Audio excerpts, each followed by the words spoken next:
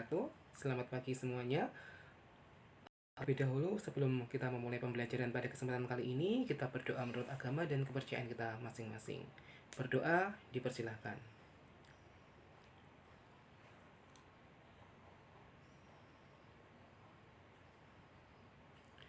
Cukup?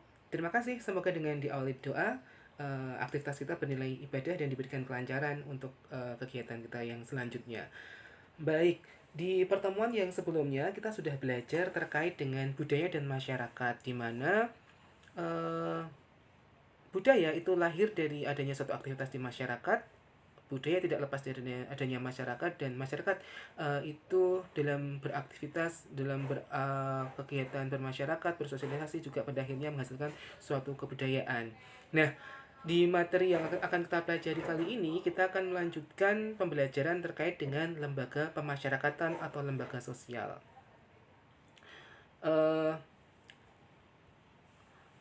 Norma-norma dalam masyarakat itu mengatur pergaulan hidup dengan tujuan mencapai suatu tata tertib yang diharapkan. Dan dalam perkembangannya, norma tersebut berkelompok-kelompok pada berbagai keperluan hidup manusia. Ya, norma dijalankan untuk mengatur kehidupan manusia supaya kehidupan itu bisa tertata dengan baik, berjalan dengan harmonis, tidak terjadi pergesekan antar kepentingan, tidak terjadi pergesekan antar kelompok masyarakat dalam satu wilayah tertentu, atau ada konflik-konflik yang muncul di masyarakat. Nah, norma menghindari munculnya hal tersebut. Kemudian, kebutuhan hidup kekerabatan dalam satu kebudayaan itu menimbulkan lembaga-lembaga kemasyarakatan. Dan contoh lembaga kemasyarakatan yang paling sederhana seperti keluarga batin, kemudian ada prosesi pelamaran, perkawinan, perceraian, dan sebagainya. Dan pada faktanya, kebutuhan akan mata pencaharian itu juga menimbulkan adanya keperluan lembaga-lembaga yang mengatur hal tersebut.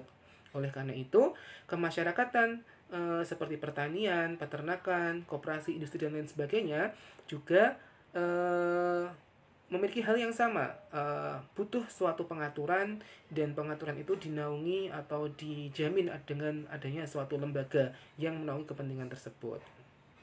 Nah, dapat dicontohkan beberapa lembaga sosial yang ada di masyarakat. Misalkan di Keraton Yogyakarta itu juga lembaga adatnya. Kemudian dalam hal ini, kalau di gambar ini mengajak lembaga adat Melayu gitu ya, untuk mempertahankan adat budaya. Ini dalam bidang kebudayaan, ada lembaga sosialnya. Lalu dalam hal yang lain seperti dalam pengaturan lingkungan hidup juga terdapat lembaga adat juga yang berperan di sana, seperti lembaga adat Pulau Enggano yang menolak adanya eksploitasi terhadap kerang kima. Nah, ini lembaga adat tetapi tetap bergeraknya tidak hanya di bidang budaya, pelestarian budaya, namun juga di pelestarian lingkungan alam.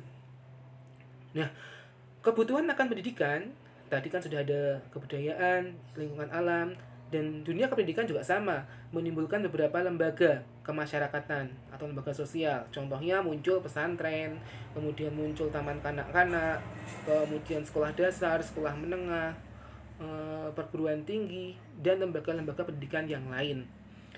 Kemudian kebutuhan untuk menyatakan rasa keindahan menimbulkan kesusastraan, seni rupa, seni suara, dan sebagainya ya. Tidak hanya kebutuhan pendidikan tapi juga kebutuhan akan rasa keindahan. Belum lagi kebutuhan jasmaniah manusia. Manusia membutuhkan aktivitas fisik yang menyehatkan, maka muncul kebutuhan akan olahraga, pemeliharaan kecantikan, pemeliharaan kesehatan, kedokteran, dan lain sebagainya. Nah, ini contoh yang sastra daerah ini adalah terkait dengan tadi penyaluran terkait sastra atau penulisan suatu seni menulis, kemudian seni bercerita dituangkan dalam suatu buku atau cerita begitu ya, sastra daerah. Kemudian juga olahraga bisa juga berkaitan dengan karapan sapi maupun seperti balap kuda dan sebagainya.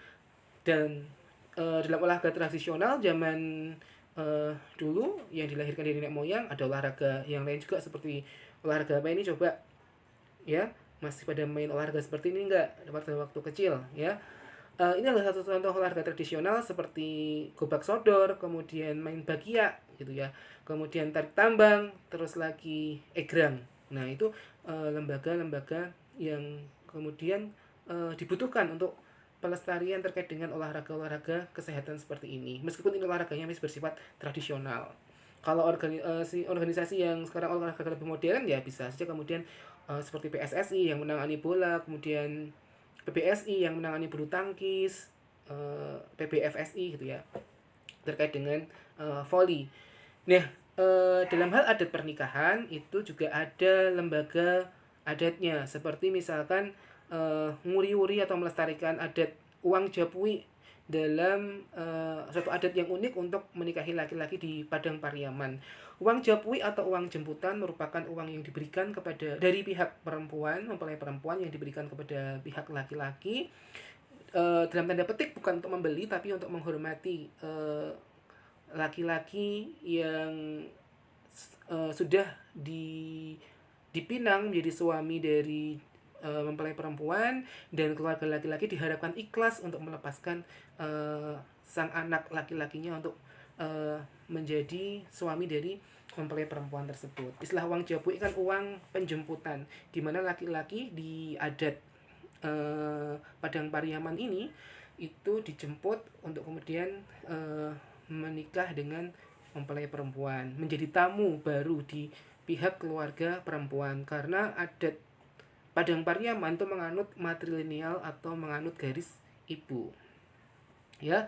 Dan bagi laki-laki Minang itu, laki-laki yang sudah mengenal uang itu sudah waktunya tidak lagi tinggal di rumah gadang.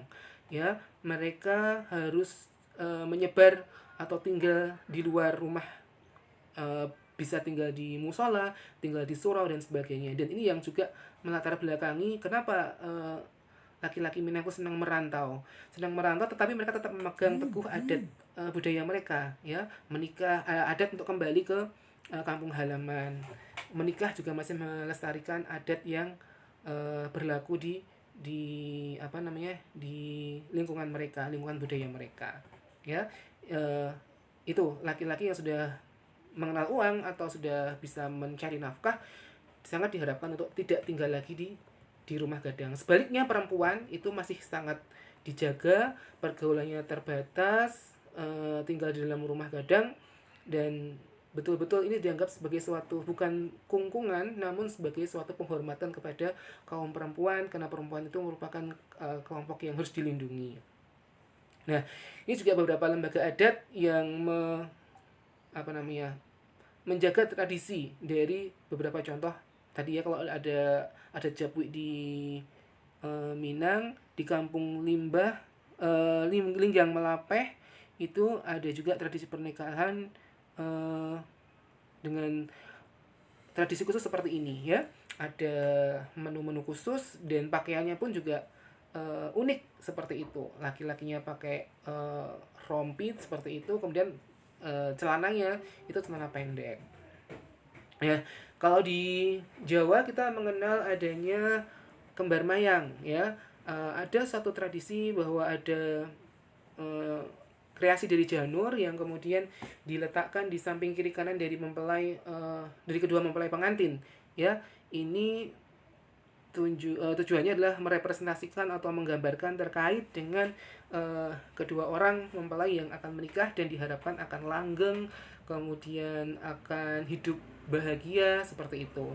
Kembar mayang juga bisa diartikan sebagai bunga dari tanaman jambe seperti itu ya, yang kemudian itu sudah mulai rontok. Aslinya bukan janur, tapi di pojok gambar pojok kiri bawah itu dia berupa bunga dari mayang, yang ketika dia itu dilepaskan atau dijadikan sebagai pelengkap pernikahan, prosesi pernikahan, maka bisa diartikan juga bahwa orang tua sudah rela melepaskan anak laki-laki maupun anak perempuannya untuk terpisah dari keluarganya dan membentuk keluarga yang baru ya. Ternyata contoh yang seperti ini penuh dengan